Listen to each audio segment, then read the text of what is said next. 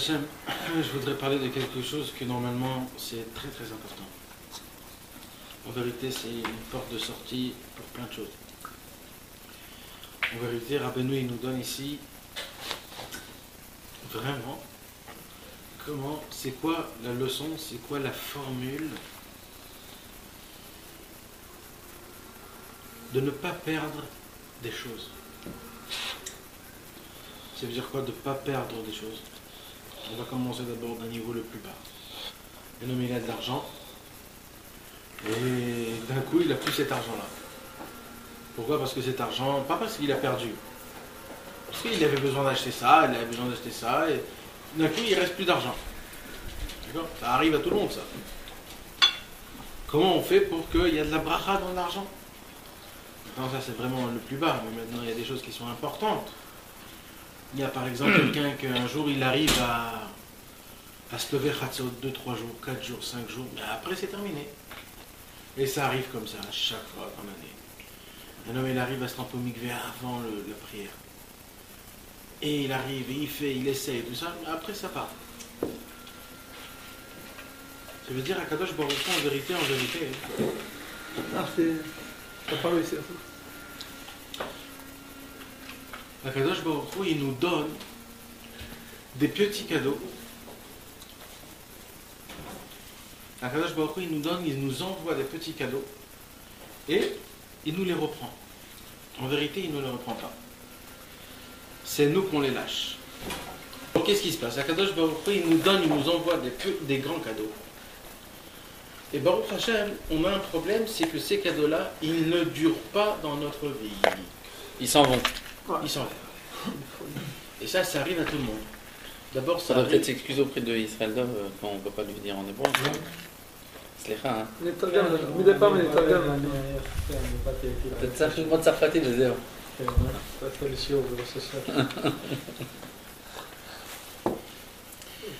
Bekitsour, alors qu'est-ce qui se passe? D'abord, ça commence. Alors, ça commence d'abord quand un homme il fait tchouva. Quand un homme il fait tchouva, Kadosh Baruch Hu lui donne des très très grands cadeaux. Il lui donne des grandes lumières.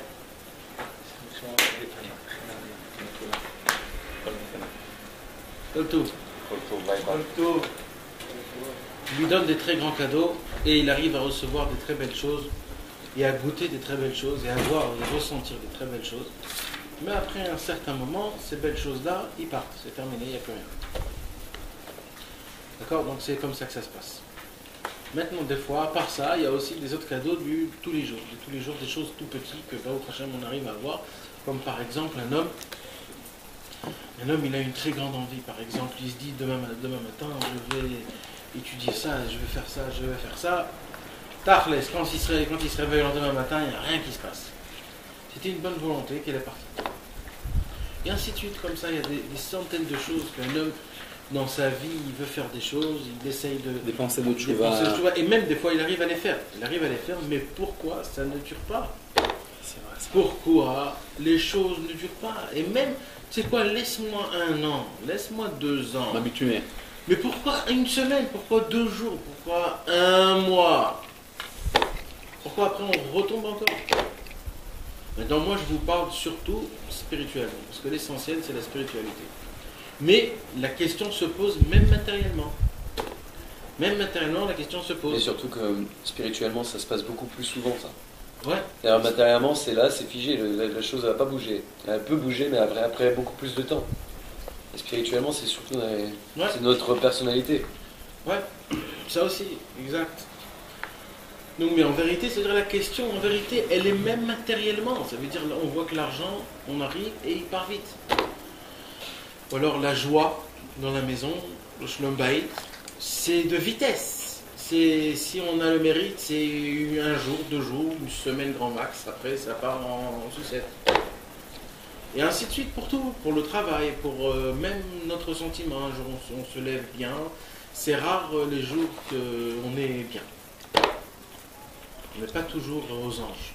Alors ça, c'est un problème. Comment ça se fait tout ça? Rovazman, on n'est pas bien. On croit qu'on n'est pas bien, c'est parce qu'on se met en fait dans sa tête qu'on n'est pas bien, mais on va parler de ça. Alors ça, c'est une question en vérité qui est vraiment essentielle et vraiment importante à savoir. Et Rabbeinu, il nous le décrit exactement comment tout se passe. Et Rabbeinu va nous donner la formule magique, une explication qui est très simple. Très très simple. Ça marche et c'est très simple. Pourquoi les choses se passent comme ça? Alors d'abord, il faut vous expliquer quelques notions, on ne va pas dire de Kabbalah, mais des notions un petit peu mystiques. C'est très important à savoir et c'est très bien aussi de savoir ça parce que ça, Rabbeinu en parle dans beaucoup d'autorotes. Donc il faut le savoir, qu'est-ce qui se passe. Alors essayez d'être attentive et essayer de bien essayer de comprendre ce que je vais vous dire. Si on ne comprend pas, il faut poser des questions. D'accord? Au début de la création du monde, Akadosh Baruch Hu, il remplissait le monde et le monde était rempli de Dieu. D'accord? Dieu, il n'y avait pas de place pour créer le monde. Dieu, qu'est-ce qu'il a fait? Il s'est contracté. Et quand il s'est contracté, il a créé le monde. D'accord? Il s'est passé plein de choses pendant ce temps-là. Une des choses qui s'est passée qui ne sont pas très très bien, c'est quand Adam Arishon était dans le Gan Eden, il a pris le fruit de l'arbre de la connaissance. Au moment où il a pris le fruit de l'arbre de la connaissance, il s'est passé une destruction mondiale. C'était une bombe atomique, c'était Tchernobyl. Il s'est passé une destruction abominable. Le premier homme n'a pas écouté Dieu. C'est la première fois qu'on n'écoute pas Dieu. Voilà. Et en espace de 6 heures. Alors, le monde était créé il y a 6 heures. 6 heures après que Adam a été créé, déjà tout à l'heure. C'est pas 6 jours après? C'est 6 heures. Adam Arishon, dès qu'il a été créé, 6 heures après, il est tombé. Ah oui, mais c'est 6 jours après la création. Ouais. Ça veut dire 6 heures, ça veut dire à midi, il était... 6 heures après sa création à lui, en fait. Et on ne va pas rentrer dans les détails pourquoi ça s'est passé, parce que c'est pas du tout ça notre sujet. Mais les choses, ils se sont passées, d'accord? Qu'est-ce qui s'est passé quand Adam Arishon, il a fait faire tomber, il est tombé. Alors d'abord, il a fait descendre tous les mondes qui étaient en haut, il les a fait descendre de plusieurs crans. Même à Kadosh Baruch. Tu parles les mondes qui ont été créés. Les milliards de mondes qu'il y a dans l'espace. Non, mais je voudrais comprendre.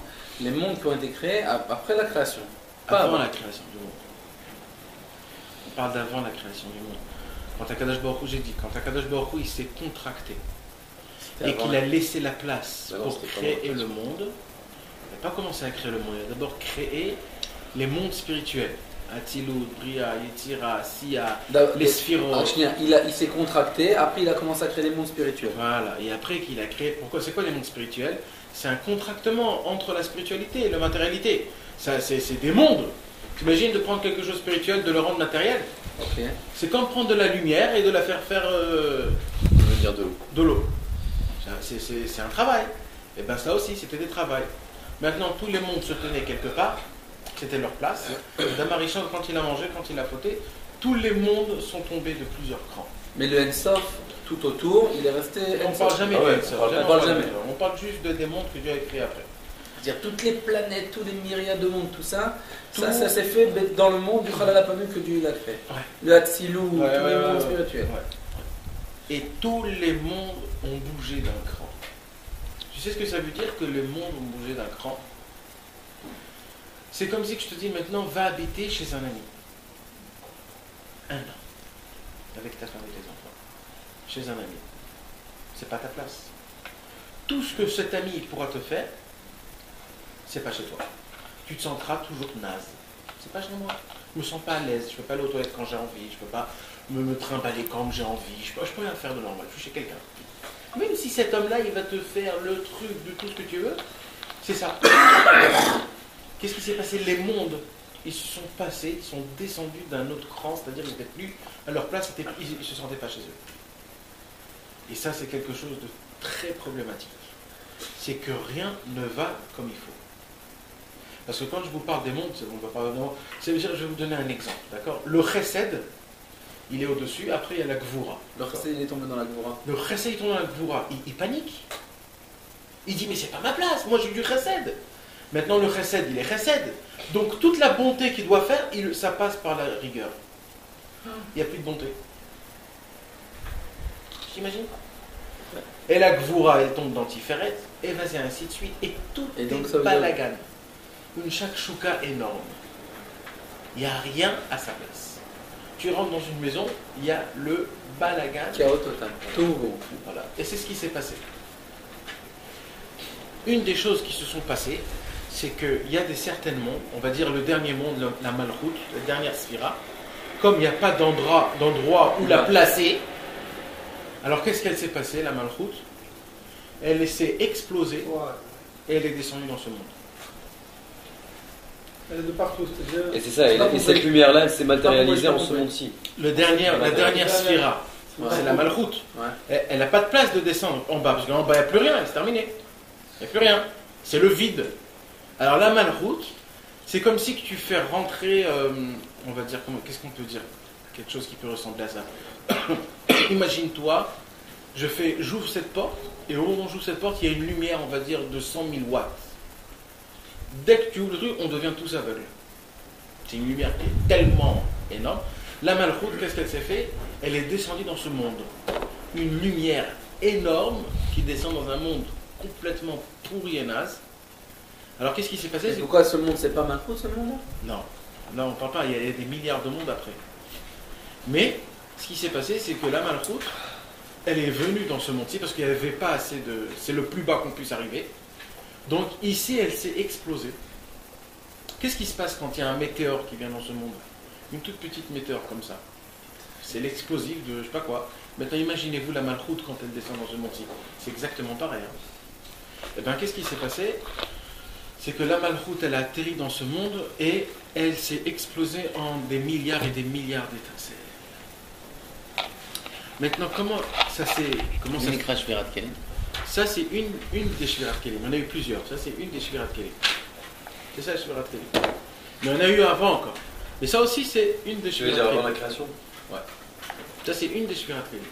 Avant la création de l'homme. Avant la création du monde, il y avait aussi une Shvirat Kelim.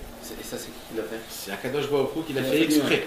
Il a fait exprès et ainsi de suite. Il y a une C'est ça, deuxième quand on Shvirat dit qu'il Kelim. avait commencé à créer des mondes et qu'il les avait mal fait, alors du coup il les Pas avait qu'il les a mal fait. Ça, Pas qu'il les a c'est mal ça, fait. on va faire, en fait.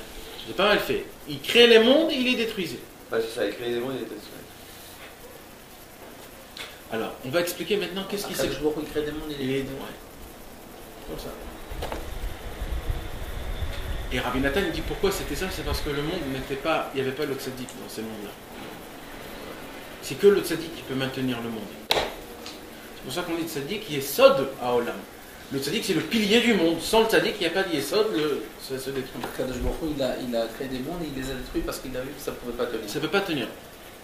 Il a fait ça aussi exprès. Mais on ne va pas rentrer dans tout ça parce que c'est des choses qu'on ne peut pas rentrer dans ça. Pour l'instant on ne rentre pas dans ces choses-là. Donc tout ça, les kabbalistes, ils ont une saga de tout ça. Une saga, on va dire une théorie, hein, pas plus que ça. Ils ne peuvent pas monter aussi loin. Il met d'aclème, il te dit. Rabbeinu Hari, il ne savait pas tout ça. Rabbeinu Hari, il voyait tout, il sentait tout. Non mais c'est écrit quand même, il en parle de tout ça. Bien sûr, mais bien sûr. Rabbi Chaim Vital. Des gens qui percevaient les pensées de Dieu. Bien sûr, beaucoup de tzadikim. C'est tout le monde, tous les tzadikim. Ils allaient dans la pensée. Pas les poètes d'aujourd'hui. Mais n'importe pas ça. Non, quand je te parle des kabbalistes, je te parle de Rabbeinu Hari. Ah, ça, c'est pas des kabbalistes. C'est pas des Les kabbalistes. kabbalistes aujourd'hui, eux c'était des mekoubalim, c'était des gens. Ils voyaient toutes ces choses-là, ils sentaient ces choses-là. Ils montaient dans ces mondes-là. Monter dans ces mondes-là avec Ils étaient là-bas. Ils voyaient tout, parce que ça continue à se passer. Parce que là-bas, il n'y a pas de temps. Donc ça se passe, ça continue à se passer toujours. La Shvirat Kelim, chaque instant, chaque moment. Comment ça va, Léo? Tu vois? Ça va. C'est là. Ça va?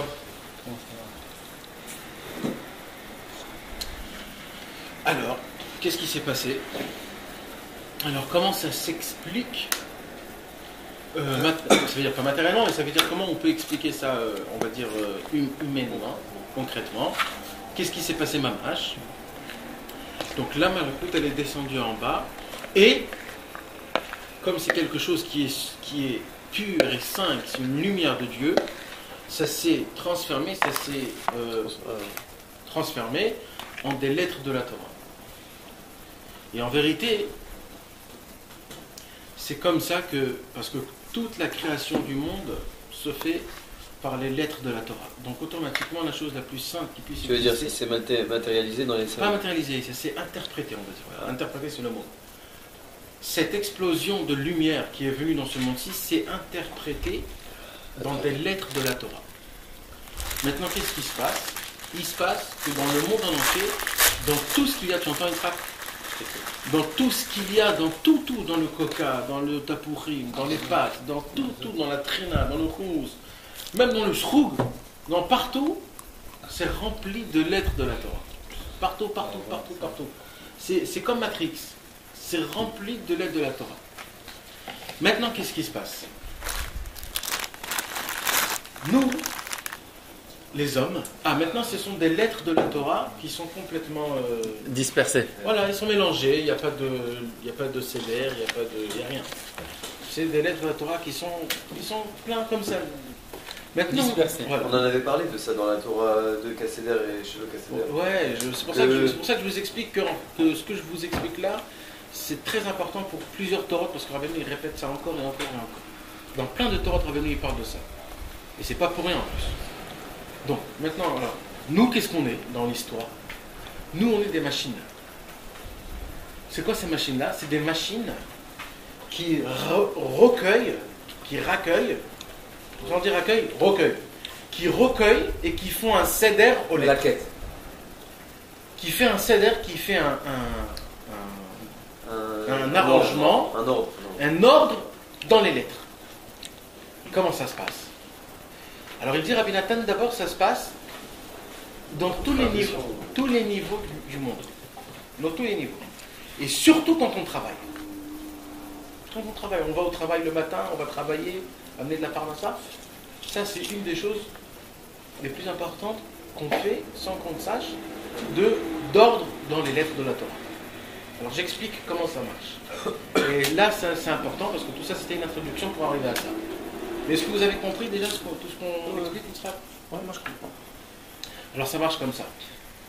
On va dire, il y a une lettre, on va dire Nachman, d'accord? Nachman c'est Nun, Chet, même Nun, d'accord?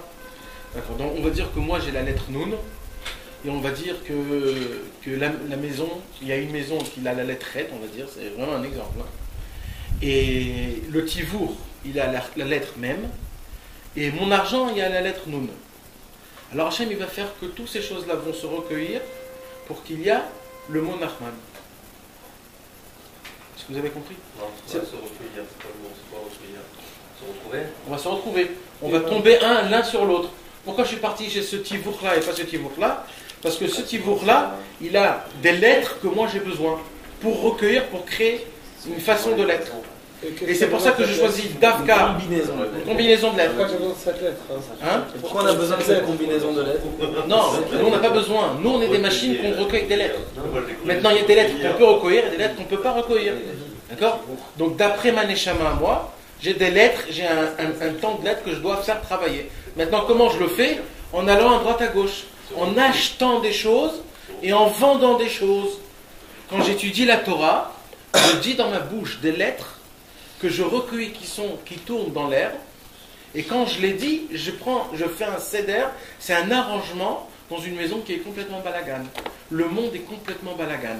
Quand je viens et j'étudie la Torah, je dis comme ça, Semem Komash Lema, les lettres que je viens de dire, je les ai recueillies du monde, et j'ai fait un seder, un yichud, un zivou, et je les ai fait monter en haut, et c'est terminé l'histoire. Ok?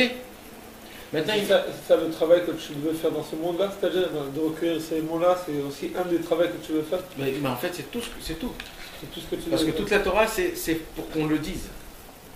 La tfila, on est obligé de la dire. Tout se fait par la parole. Tout se fait par la parole. Chaque parole que tu dis, tu crées, tu fais un arrangement. Tu crées quand tu étudies avec la voix, et sans la voix, tu crées moins. Sans la voix, tu crées moins. Avec la voix, tu crées, et ça fait tout de suite l'effet. Maintenant, on va rentrer dans les choses. Ces lettres-là, ils brillent. Ils brillent. Est-ce que vous savez, tu sais, des fois les enfants, ils disent papa, achète-moi ce jouet, achète-moi ce jouet, achète-moi ce jouet. Tout, ça fait 1 mois, 3 mois qu'il te dit achète-moi ce jouet. Tu lui achètes ce jouet, 2 jours après, il l'a cassé. Il en a eu marre. Ça y est, il a reçu ce qu'il a reçu. Il dit Rabbeinu que toutes les lettres, ils brillent. Et quand j'ai fait cet accordement de lettres et je les fais rentrer en moi, ils brillent à Maneshama, à moi. Dire à Rabbeinu, tant que ces lettres ils vont briller, ça va rester chez toi. Au moment où toi, tu ne voudras plus recevoir cette lumière, ils vont partir de chez toi. Ah, donc c'est ton ratson en fait qui fait que. C'est pas ton ratson, c'est la istaput. Au moment où toi tu vas plus voir, je n'ai pas compris.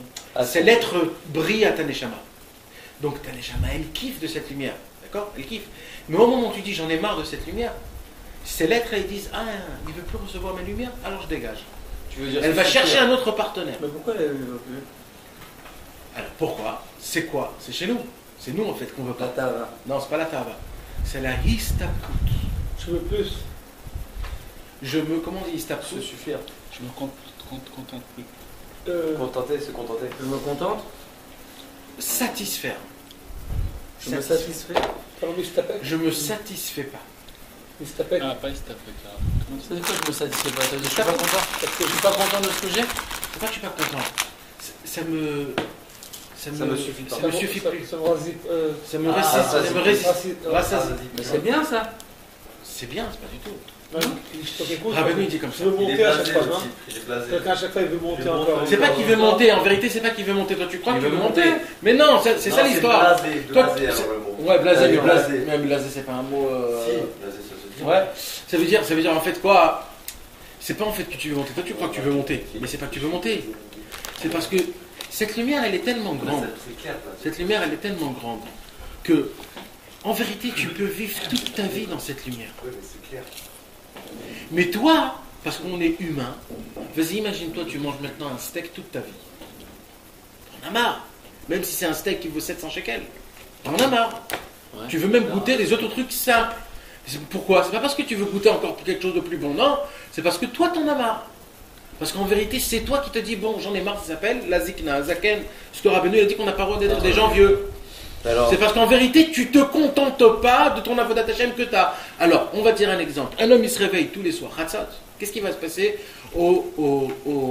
2 semaines après qu'il s'est réveillé, Hatzot? Le mec, il se réveille, Hatzot, 2 fois, 2 semaines d'affilée, Qu'est-ce qu'il se dit? Il se dit, bon, je me réveille, Hatzot, mais ça suffit pas, c'est pas ça l'essentiel et tout, il faut faire ça, il faut faire ça. Et c'est comme ça.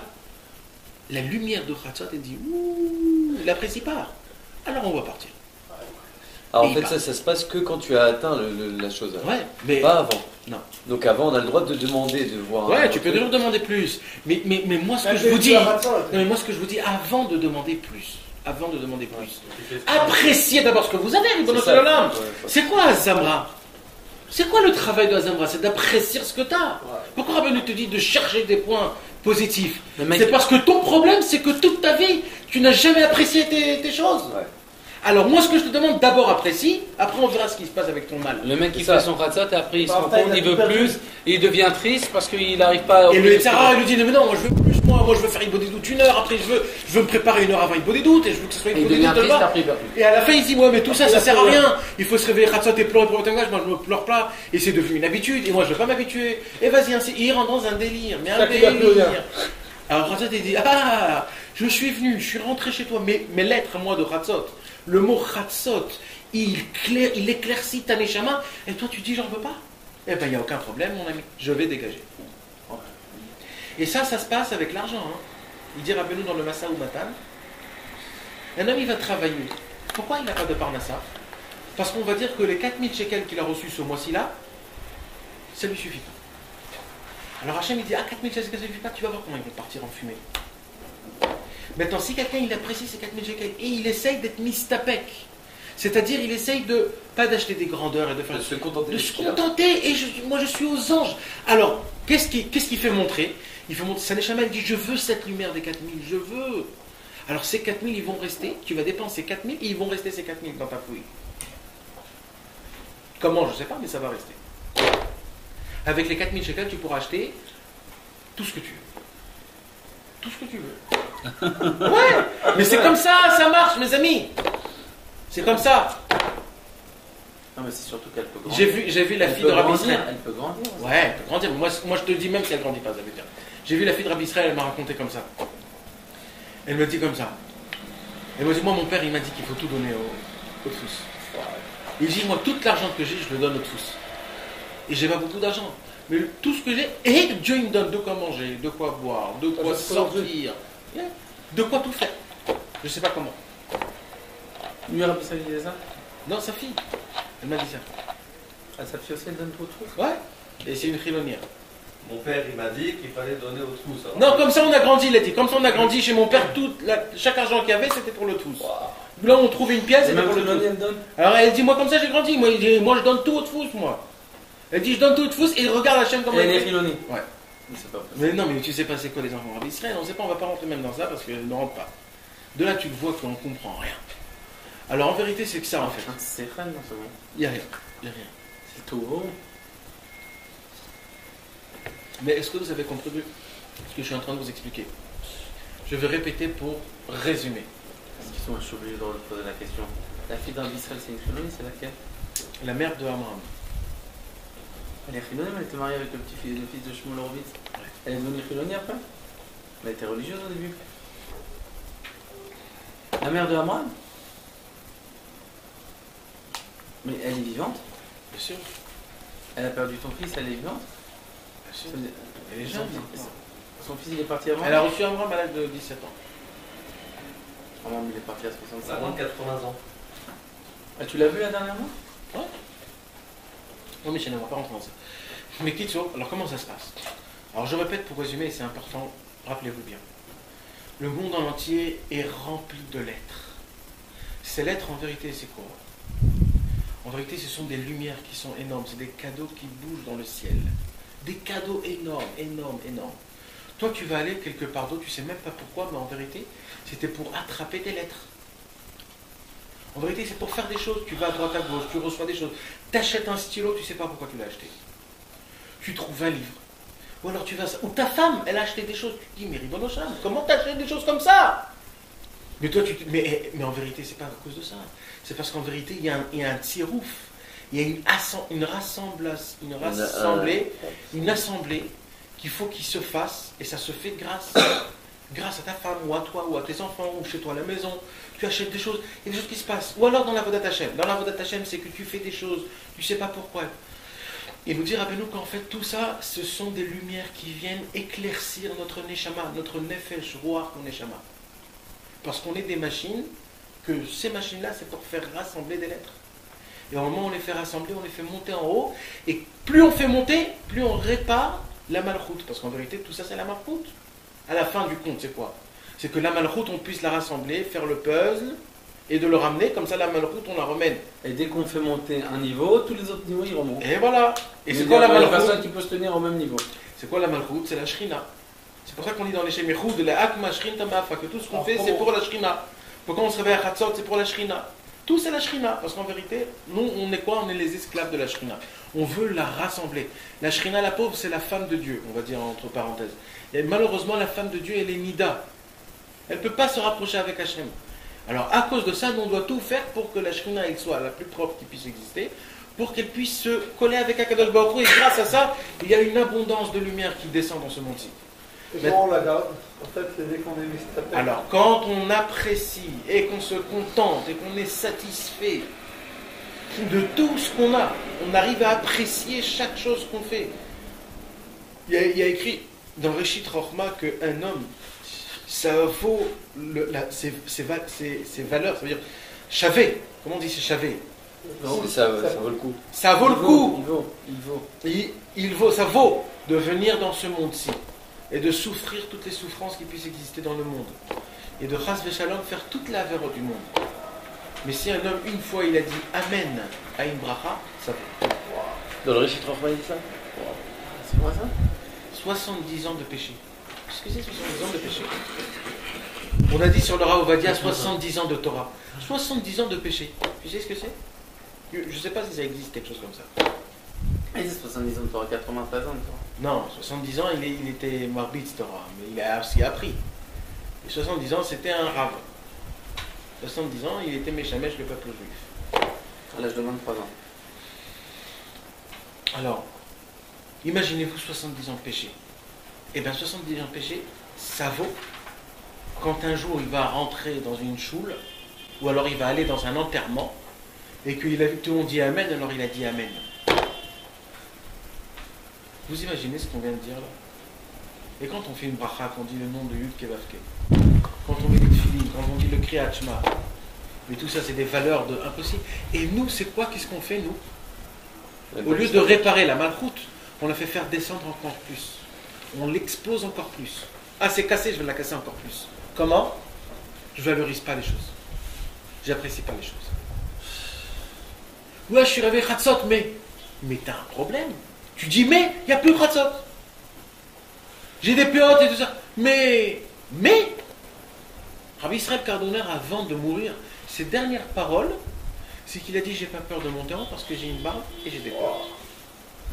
C'est la dernière parole. La dernière parole. Rabbi Israël Kardoner, il a fait des choses qu'on peut même pas... Il faisait descendre Rabbeinu quand il voulait.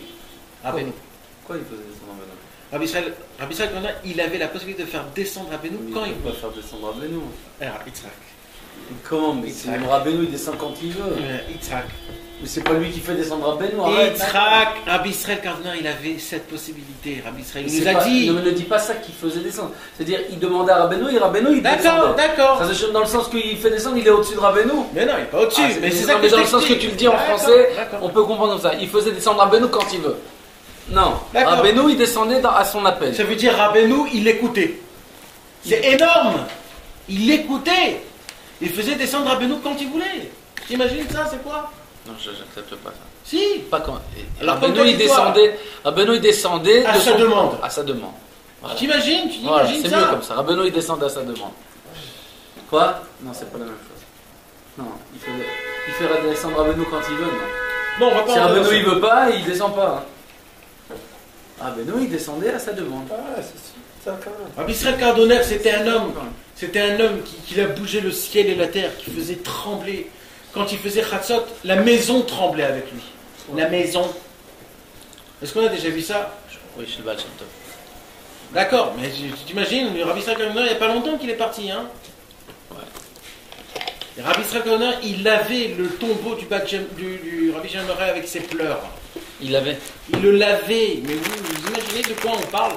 On parle de litres de larmes. Et qu'est-ce qu'il dit Rabbi Israël Kardoner à la fin de sa vie? J'ai une barbe et j'ai des potes. Mais attends, mais c'est quoi là? Qu'est-ce que tu es en train de nous faire là?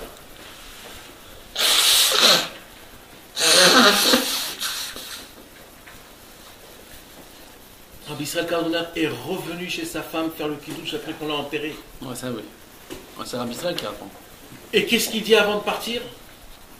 J'ai une barbe et j'ai des potes. Mais pourquoi? Parce que Rabbi Israël Kardoner, il savait valoriser les choses. Il savait que chaque chose, ça vaut des milliards. Maintenant, je vais aller encore plus loin.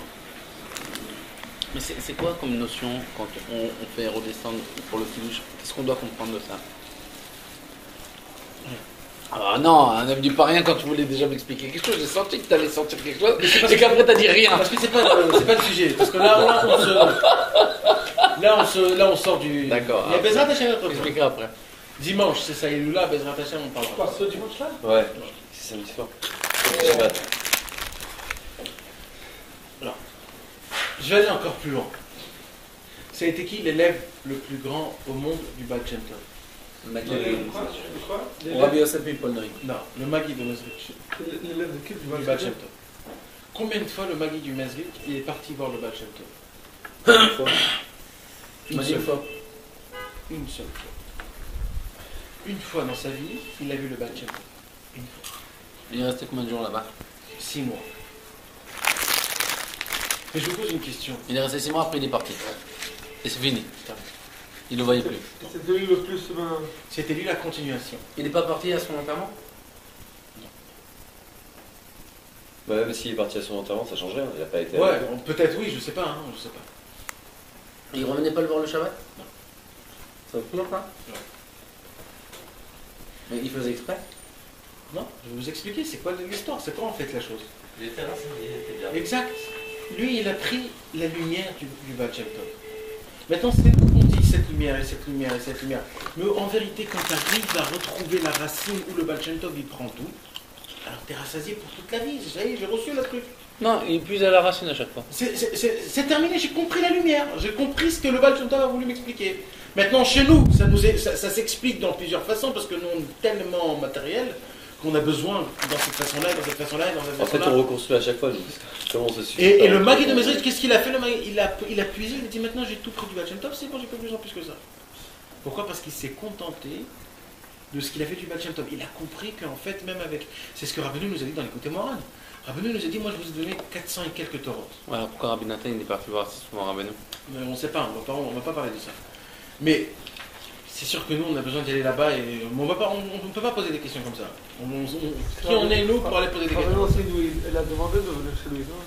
Mais on ne sait pas, on ne va pas rentrer dans ça. Donc moi ce que je vous pose la question, c'est qu'en vérité,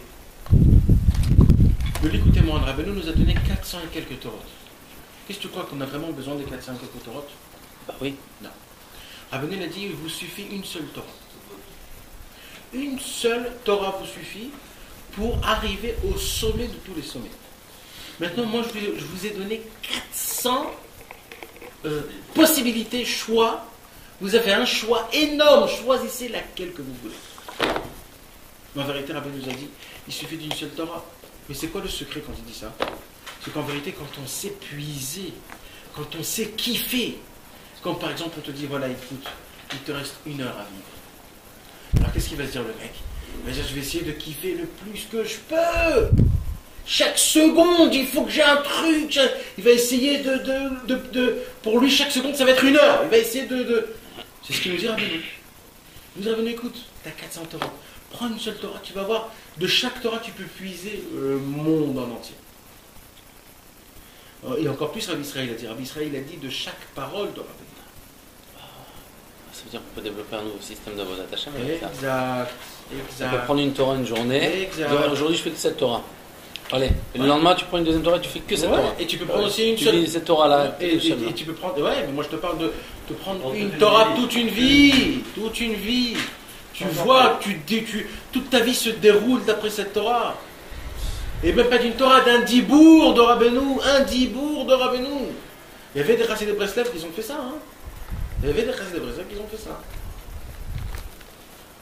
Avec une seule parole de Rabbeinu, ils ont vu pourquoi? Parce que eux, Ematsetsu, ils ont aspiré tout ce qu'on pouvait jusqu'à la dernière goutte qui restait. Et c'est quoi le plus grand Chilul Hashem? Le plus grand Chilul Hashem est Chilul Rabbeinu. C'est comme par exemple, tu dis, il y a une parole de Rabbeinu, Mitzvah Gdala B'Simchat Tamid, ouais mais.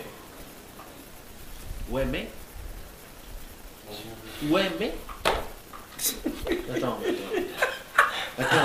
mais qu'est-ce qui t'arrive? Mais Rabbi Israël, c'est exactement l'inverse de ça. Rabbi Israël, il disait il s'explosait de rire des journées. Et il s'étonnait lui-même, hein, tu entends dans les cas. Mitzvah de là, liad besimchat tamid. Et il explose de rire. Mitzvah de là, comme si tu entendais une conversation que d'un seul mot. Et il se le reposait, il dit, mais c'est vrai, c'est comme ça. Oui, mais bien sûr que c'est comme ça. Il posait des questions, et il les répondait. Il rigolait, comme si c'était 15 personnes qui parlaient. Ouais. Et après, le monde c'est un pont très étroit. Très étroit, mais l'essentiel, c'est de ne pas avoir peur, Ah, et vas-y, 4 jours, le mec, il rigole. C'est comme ça. Ça, c'est un vrai Breslever. Et nous, aujourd'hui, on étudie une Torah. Ouais, cette Torah-là, je l'ai étudiée. Ouais, c'est bon. Il n'y a pas une autre Torah? Non. Mais attends. Mais qu'est-ce qui vous arrive, là, les gars? Mais qu'est-ce qui vous arrive? Je parle, vous vous imaginez, c'est quoi? Ça, c'est le plus grand Chilul de la chaîne qui puisse exister. Ça veut dire, tu dis, rappelle-nous, ah, cette Torah, tu la connais? Ah ouais, tu connais, rappelle-nous, toi, du coup. Bien sûr. Non, mais tu viens de qui, vous savez, c'est quoi? Asso, Liot, Zakem, on n'a pas le droit d'être un vieux. On n'a pas le droit. Pourquoi? Tu sais ce qu'il y a écrit dans la Torah? Il y a écrit dans la Torah que même si tu dis dans la Torah, ou dans le Chumash, Ve'achot lotan timna, ça veut dire quoi? C'est-à-dire, la sœur de Lotan s'appelait Timna. Ça veut dire quelque chose, ça? Mais c'est écrit dans la Torah. La halacha, elle dit que si tu le dis toute la journée, toute ta vie, tu as été Mekayem, la Torah, et toute ta vie, tu as étudié. Rien que parce que tu as dit Ve'achot Lotan Timna. La sœur de Lotan s'appelait Timna. Ça veut dire quoi? Ça veut rien Ça veut dire. dire ça. Ça veut rien dire. Ça veut dire que la Ve'achot Lotan Timna. Ça veut rien dire. La sœur de Lotan s'appelait Timna. Ça veut dire quelque chose? Ça veut rien dire. Parce que c'est écrit dans la Torah, c'est de la Torah.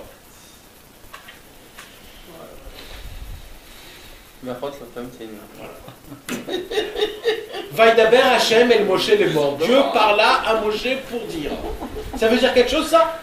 Ça veut rien dire. Eh bien, si tu dis toute la journée Vaïdaber Hachem el Moshe les morts, Vaïdaber Hachem el Moshe les morts, et bien c'est ainsi de suite. Des mitzvot et des mitzvot, tu fais la Torah.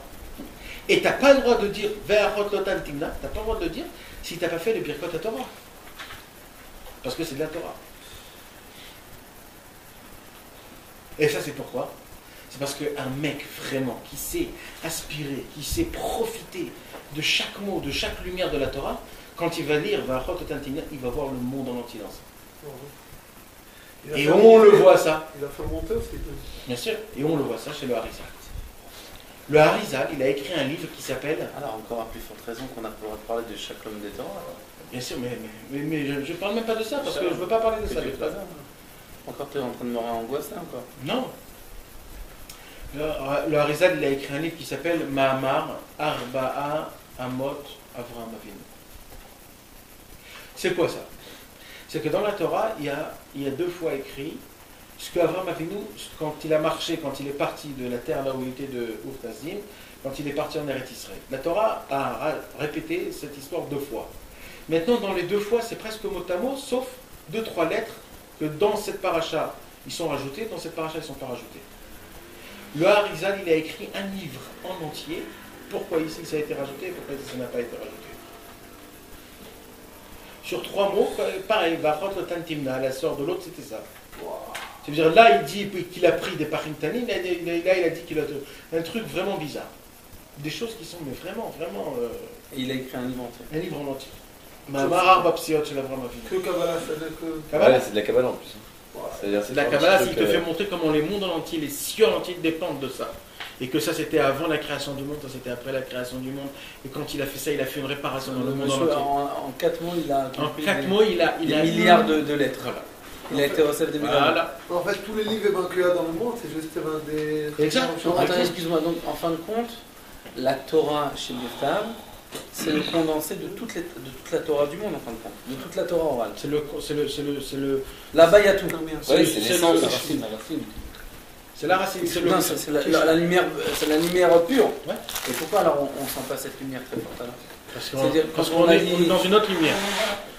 On est dans l'autre de là-bas, il y a Rashi, il y a le Pshat, il y a le Remez, il y a le Sod, il y a la Kabbalah. Mais regarde, Nathan, le Rabbeinu, il dit même. Nous, on la voit pas donc, en fin de compte. On est méga chez Mota. Nathan, le Rabbeinu, il dit même au forage que la volonté de Dieu, c'est toute la Torah en entière, et que maintenant qu'il nous a donné la Torah, il nous a donné sa volonté dans nos mains. Ça veut dire que c'est la volonté de Dieu. Toutes les volontés qui décident dans le monde et qui va se décider, tout est écrit. Et tu peux les voir et les changer par rapport à ce que toi tu lis et interprètes dans la Torah. J'ai compris, mais ça veut dire, quand tu entends qu'avec 3 mots, il a fait tout un livre de Kabbalah, ça veut dire qu'en fin de compte, là-bas, elles sont scellées en fin de compte, ces lumières. Elles sont enfermées. Elles sont fermées. Elles ne sont pas fermées. C'est nous qu'on se ferme. C'est exactement pareil. Ces lumières-là, elles brillent, mais mon effet Shport Neshama, mon âme ne veut pas recevoir de cette lumière. Elle ne veut pas recevoir? Moi, je voudrais bien recevoir ça. Non, toi tu crois que tu veux recevoir, mais en vérité tu ne veux pas recevoir. Ah bon? C'est comme ça que ça marche. En vérité, celui qui veut, il l'a. C'est comme ça. Parce que tu crois que cette lumière, elle ne t'appartient pas, ça ne va pas te faire kiffer. C'est comme si tu vas voir, on va dire un exemple. Non, c'est ça. C'est parce que tu ne sais pas apprécier cette lumière. La daga du Havir, on peut tous arriver. Tu ne sais pas apprécier cette lumière. Alors tu vas voir tu la respectes pas assez. Tu vas voir cette lumière passer. On va dire, j'ai un exemple qui n'est pas très bien, mais on va dire un exemple, je ne sais pas si c'est vraiment un vrai exemple. Si tu vois une Lamborghini en bas, d'accord? Tu vas la voir, tu vas dire, ouais, elle est belle, c'est bon. Maintenant, tu ne vas pas te dire, ouais, je voudrais bien avoir une comme ça, et tu vas commencer à faire des trucs. Pourquoi? Je me dis impossible que je. Voilà, c'est impossible que je vais l'avoir ce truc-là. Donc tu fais même pas attention à ça. Ouais, elle est belle, elle est bien. C'est exactement pareil. Tu vois des lumières qui sont énormes, mais comme tu te dis, c'est pas pour moi, c'est trop. Bien sûr. Je ne vais pas habiter dans un palais comme ça, c'est pas mon truc. Alors tu reçois pas cette lumière. Maintenant, si tu te dis. Je me la ferme. Voilà. Maintenant, si tu te dis, moi, comme Rabbeinu il l'a dit, Mais c'est très dur d'avoir cette volonté en fin de compte. Ça s'appelle istabkout, c'est savoir, c'est ce que la Torah nous demande. Savoir apprécier les choses. Mais Nathan, dans ce que tu dis là, c'est de vouloir obtenir une chose qu'on ne sait pas vouloir obtenir la chose, et d'un autre côté, c'est de savoir apprécier ce qu'on a. C'est-à-dire aujourd'hui, je suis dans la maison. C'est exactement pareil. Alors comment ça se passe par rapport à quand j'ai quelque chose? Parce qu'au moment où tu apprécies tes choses à toi, tu vas commencer à apprécier tout ce qui est autour aussi. Tu vas apprécier, pas tu vas vouloir qu'ils viennent. L'histoire, c'est juste d'apprécier.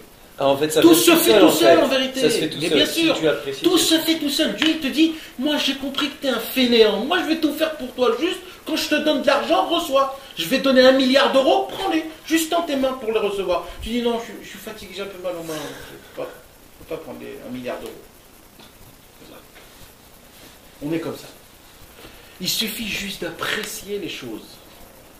Apprécie les choses. Au moment où tu vas t'apprécier toi-même, tu vas apprécier les bonnes choses que tu fais, rien que tu vas voir les cadeaux que Dieu va te donner. Les cadeaux que Dieu va te donner. Tu vas commencer à découvrir des choses magnifiques. Tu vas changer ton monde. Mais c'est pas tu vas changer. Ouais. En t'appréciant à toi, quand tu commences à apprécier les gens. Les autres. Et après c'est le monde. Et après tout. Tes enfants, le monde entier. Mais et là tu vas vivre. Tu vas vivre, je dis là, comment. Et puis en enfer là. Mais exact. Ah, t'es en plein. Exact. C'est ça que Rabbeinu. C'est pour ça que je vous dis toujours que Rabbeinu il nous apprend même à kiffer. Bah, oui. À kiffer, les vrais kiffs. Mais attends, excuse-moi. Mais c'est pas interdit dans la Torah de kiffer. Ouais. C'est pour ça qu'on a été créé. Pour kiffer de Dieu. Ouais. Et ça veut dire. En plus de ça, c'est toi qui choisis. Parce que quand tu kiffes Dieu, tous les plaisirs matériels de ce monde, ils valent plus rien. Ils sont juste un tzimtzum pour pouvoir se rapprocher de Dieu. C'est un chemin pour se rapprocher de Dieu. Sauf que là, aujourd'hui, on les utilise dans le mauvais sens parce qu'on n'arrive pas à vraiment kiffer Dieu. Donc, on se sert des tavotes d'une façon mauvaise. Mais si on avait vraiment le kiff de Dieu, mais ces tavotes-là, ça veut dire, elles seraient juste un chemin pour nous permettre. C'est-à-dire, on n'est pas vraiment des fauteurs, en fin de compte, par rapport aux tavotes. Parce qu'on est perdu, vraiment. On a un problème de... On est malade. Interprétation. Non, on ne voit pas la vérité, ouais. Ce qui se passe, c'est qu'en vérité, on a très soif. Notre âme, elle a très soif. De Dieu. Et nous, au lieu d'interpréter notre soif envers Dieu, on va l'interpréter les faresh. Les faresh. Yeshanu tava nakit l'Hashem Yitbarach. Ve'nachnu lo yodim ech le'ov et Hashem Yitbarach. Alors, on ne sait pas comment. Alors, qu'est-ce qu'on fait? On va les femmes, l'argent, l'honneur. Et on ne sait pas pourquoi. On veut encore. Pourquoi? Parce qu'on n'est jamais mais on ne comprend pas qu'en fait, c'est là que ça se passe. C'est pas là. Oh, c'est là.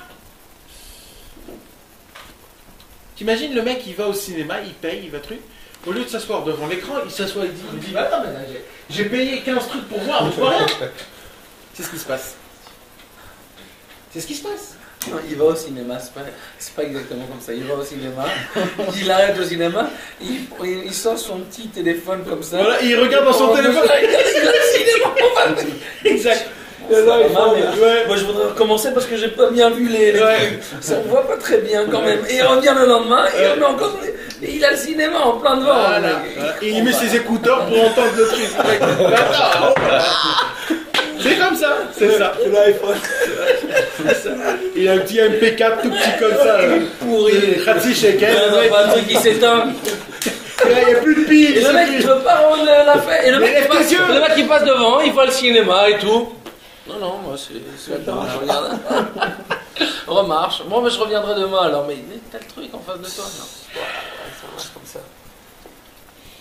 Et mes amis, sachez qu'on est rempli de diamants. Une petite pièce te cache la vue. On est rempli de diamants. Ben, maître qu'on est rempli de diamants. Et c'est un chilul Hashem. C'est un chilul Shem Rabbeinu. En ayant ces diamants et on se dit qu'on est des pauvres. On n'a rien compris. Alors. Tu sais qu'on est grave nous les nanachim. Alors. Chut, ne dis pas des paroles comme ça. Ne dis pas des paroles. Non, ça me fait peur, j'ai peur moi. Non mais non, ça fait peur. Parce qu'on fait tout le contraire de ce qu'ils nous ont demandé en fin de compte. Et on se prend, on parle, on insulte les gens, on critique. Il faut parler déjà, il faut se parler que de soi-même. C'est tout. Mais il ne faut pas rentrer dans ça. Il faut essayer de... C'est notre Kéhila quand même, Nathan. Prie pour eux. Si tu as envie vraiment de parler, prie pour eux. Ne parle pas. Ça ne sert à rien de parler. En fait, ce que tu dis, c'est de ne pas regarder le mal, en fait. C'est tout, c'est la même chose. Tout, c'est la même chose. C'est le même mais moi, je ne dis pas de ne pas regarder le mal. Parce que quand tu ne regardes pas le mal, tu regardes que le mal. Parce que tu te dis, il faut pas regarder le mal. Alors c'est quoi le mal que j'ai? Vas-y, mais non, c'est pas ça. D'abord apprécie les choses que tu as, Ribono Shel Olam. Apprécie les choses que tu as. Il faut un jour y aller à Adassa et Karem, à Charette. C'est ça tous les dîners qu'on a alors. Ouais. C'est à cause de ça. Tout, mais tout. On a plein de dîners, mais on se fait Et déchirer. on dit pourquoi Dieu tu me fais ça? Mais c'est pas Dieu, c'est toi. Ah ouais. Des fois, c'est toi qui la figure, tu vis c'est dans toi les qui volumes. te mets C'est toi-même toi-même que- le mauvais œil. Parce sur que toi-même. tu apprécies pas cette lumière. La lumière elle dégage de toi, il dit tu m'apprécies pas, je vais partir. Après, tu pleures. Si un homme il se réveille Hatzot, une nuit, et toute la journée, il dit purée Hachem, qu'est-ce que je me suis réveillé Hatzot, mais je te remercie, mais imaginez-vous comme si c'était de gagner le loto, vous avez gagné 36 millions. Si vraiment si un homme il apprécie ça, mais ce Hatzot là, il va se réveiller toute sa vie Hatzot. Il va dire, chaque instant, il va dire, mais merci mon Dieu. Je me suis levé ce matin, j'ai mis les tefilines, j'ai fait une prière avec les tefilines. Merci mon Dieu, merci. Quel tanoug, quel kiff. Baruch Hashem, j'ai mangé kasher. Combien de juifs mangent taref? Combien de juifs mangent même d'une cacheroute? Moi j'ai mangé. Je parle pas des juifs. Mais je suis pas été fait goy. Les goy ils mangent du porc. Ouais, mais ouais, exactement. Pourquoi ça me revient de droit ça que je suis des Exactement. juifs moi? Mais on va dire, Un cadeau qu'on m'a fait que je suis des juifs. Ah, bien sûr. Mais Et tout je ça, vois, c'est un cadeau. je vois les noirs, là, tout à l'heure j'ai vu deux noirs qui sont passés dans le magasin, je dis, ouais, ils vont au Rochelo, c'est un gars miskené. C'est miskené. Ces Érythréens, là, tout ça, ils viennent, mais qu'est-ce qu'ils ont dans leur vie? Ils ont rien, les pauvres, c'est des jetés, ils ont même pas de pays, ils ont rien. Et nous, on est là, on est juifs, on a la Torah, les mitzvot, une maman qui nous fait le couscous le Shabbat. C'est vrai, c'est comme ça qu'on est né, on a des traditions, des choses extraordinaires. La tradition juive, c'est quelque chose d'extraordinaire, la tradition juive. Je ne parle même pas de la Torah, la tradition juive qui s'est passée de génération en génération. C'est une chose qu'on n'a pas perdue. Mais si tu regardes Même chez les même Chilonim, la Brit Mila qu'on nous a fait, fait, même les Chilonim, on a fait la Brit Mila, tout ça. C'est une tradition extraordinaire qui s'est passée de génération en génération qu'on n'a pas perdue. Fais ça. Ces choses-là qu'ils ont, c'est les Noirs en Afrique qui mangent le riz, là, que leurs enfants ils meurent de maladie en Afrique, ils n'ont pas d'eau potable. Et pourquoi je mérite quelque chose, moi? Je veux dire, j'ai fait quelque chose pour mériter ça, j'ai fait un travail, on me l'a donné gratuitement. De rien que de ça, je peux louer Dieu toute ma vie. Voilà. Juste sur ça. Voilà. Et il faut le faire. Juste sur ça. Et il faut le faire. Il faut le faire. Il faut vraiment le faire. Et c'est très dur de remercier Dieu tout. Alors ce qu'il faut faire, c'est tous les jours d'essayer de prendre Un point. un point. Et ça, il faut le faire toutes les semaines, parce que tous les jours, c'est pas bien de faire ce travail.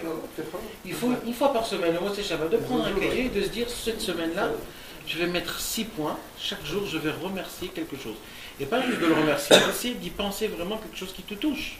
Baruch Hashem, je suis marié. Baruch Hashem, j'ai des enfants. Baruch Hashem, J'ai une maison habitée. j'ai une maison habitée, j'ai un toit. Baruch Hashem, j'ai... Jusqu'à maintenant, j'ai à manger. Voilà. J'ai un âge. Toujours. Mais même là, c'est reconnaître ou remercier, mais des fois même de reconnaître que Dieu il a été bon avec nous plus que sa justice. Par exemple, j'ai pu faire des fautes, j'ai pu être né là où je suis né, que j'ai fait ce que j'ai fait.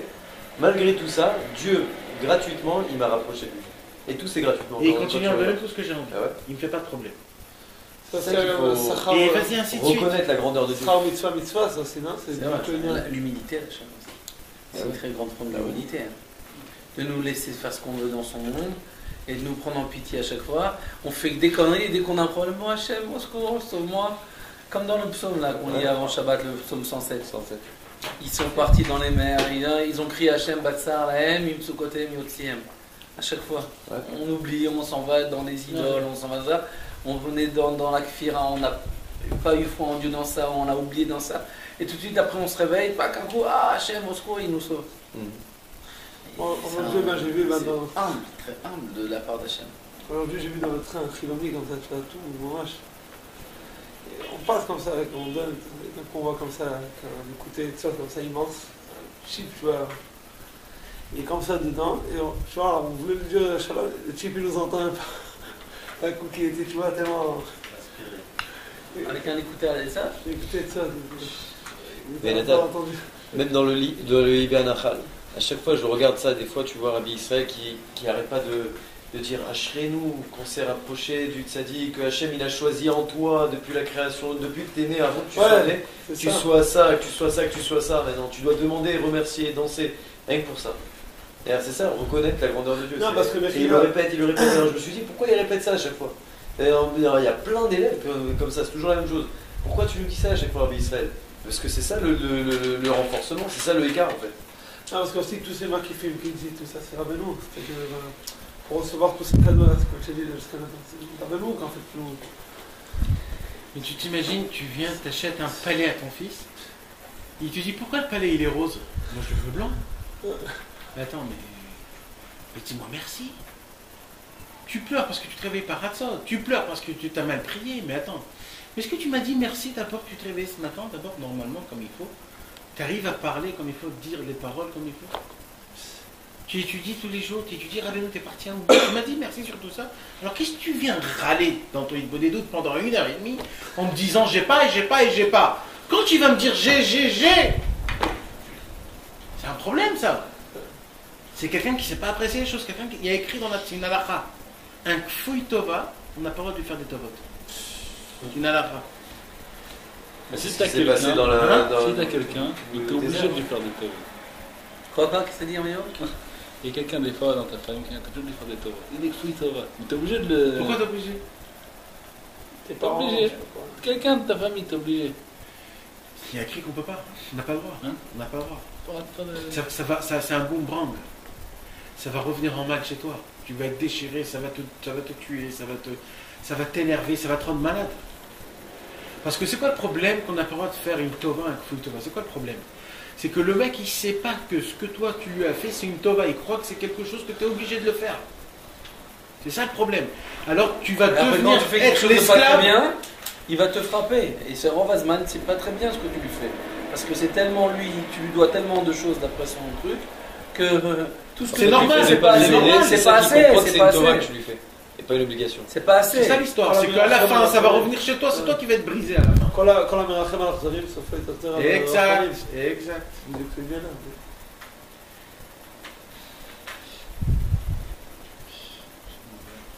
Et nous on est comme ça malheureusement. Non, mais il y a une tova que tu peux lui faire, c'est tout. Lui donner un bénon, c'est tout.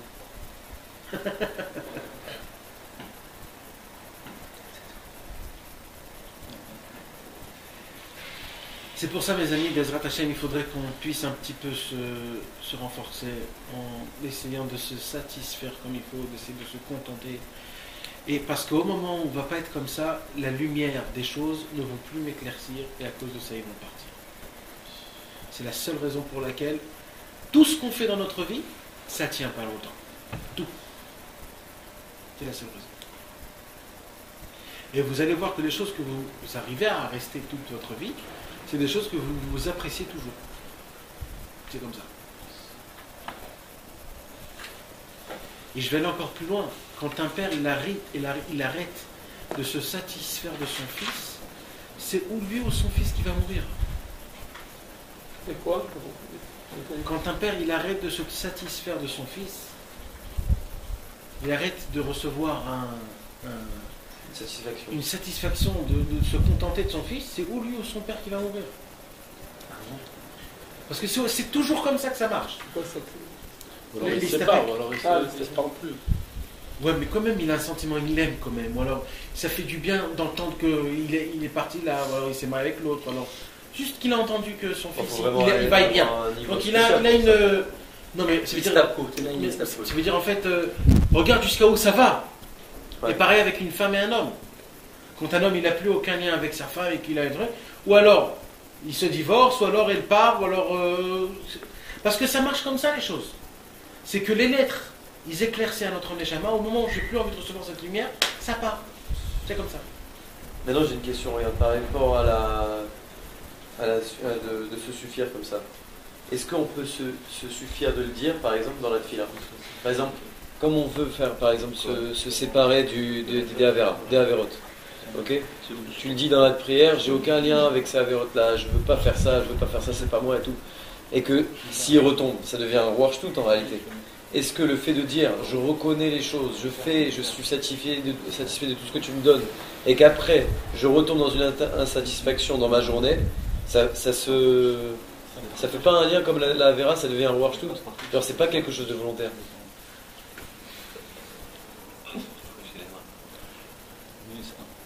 Peut-être. Mais ce qui est sûr, c'est qu'après que tu as fait la Avera, il faut faire tchouva. Il faut toujours se reprendre. Bah ouais, toujours. C'est sûr. Au moins pas tomber plus. C'est comme ça au moins. Ouais, c'est Tachlit Aliyah. C'est-à-dire que ne te fais pas habiter dans le côté mal. Habite toujours dans la bonne maison. Des fois je sors, je fais des problèmes. Mais j'habite là. C'est sûr. J'habite chez les tzadikim. Des fois je fais des problèmes. Mais c'est ça en fait. L'histoire, c'est pas juste me satisfaire.